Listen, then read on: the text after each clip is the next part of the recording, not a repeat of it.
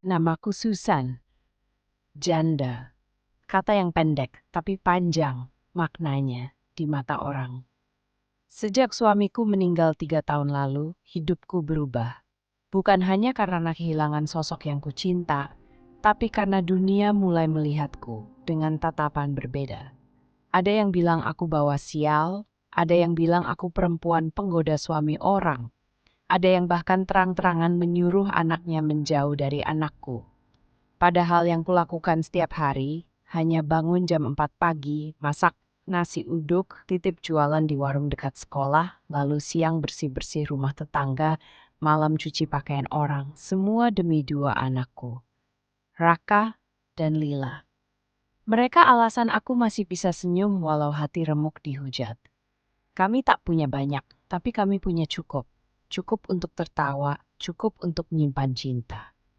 Raka selalu bertanya, kapan kita bisa punya sepeda baru? Lila ingin baju boneka terbaru. Aku hanya bisa menjawab suatu hari nanti.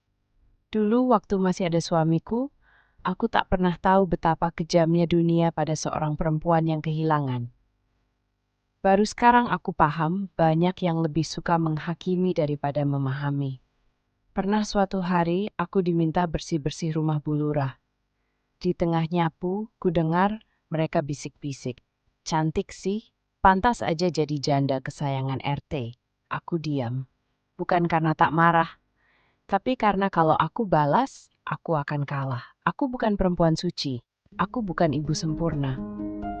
Tapi aku berjuang. Setiap hari. Dengan air mata yang tak sempat tumpah karena harus cepat-cepat bersih-bersih sebelum matahari terbit. Aku sering menemukan diriku di taman kecil ini, mengambil napas dalam saat pekerjaan selesai sedang dunia masih berkutik dengan gosip. Anakku yang masih kecil mengajariku untuk tersenyum kembali. Tawanya menyadarkanku betapa indahnya dunia, meski terkadang kejam. Raka pernah bertanya, "Bu, kenapa teman-temanku bilang ibu jahat?" Dan aku cuma bisa peluk dia dengan erat. Kubisikkan pelan, karena kadang-kadang orang tidak memahami mengapa kita melakukan sesuatu. Mereka membuat penilaian dari jauh, sayang. Apakah itu berarti ibu benar-benar jahat? Tidak, Raka.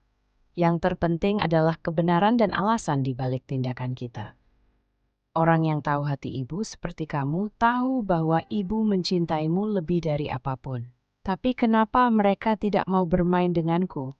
Kadang perlu waktu bagi orang lain untuk melihat yang sebenarnya. Kamu jangan khawatir, teman sejati akan datang dan mengerti. Hai Raka, boleh kami ikut bermain? Tentu ayolah. Ini bisa jauh lebih seru kalau kita bermain bersama. Lihat Raka, kadang yang dibutuhkan hanyalah sedikit waktu.